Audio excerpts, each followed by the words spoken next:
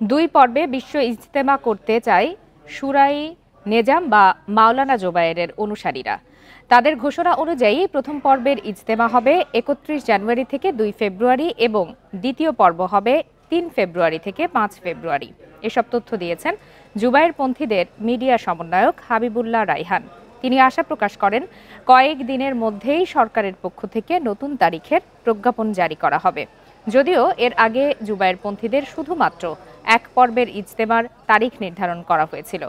অন্যদিকে মাওলানা সাদপন্থীদের ইজতেমার তারিখ নির্ধারণ করা হয় ৭ থেকে ৯ ফেব্রুয়ারি।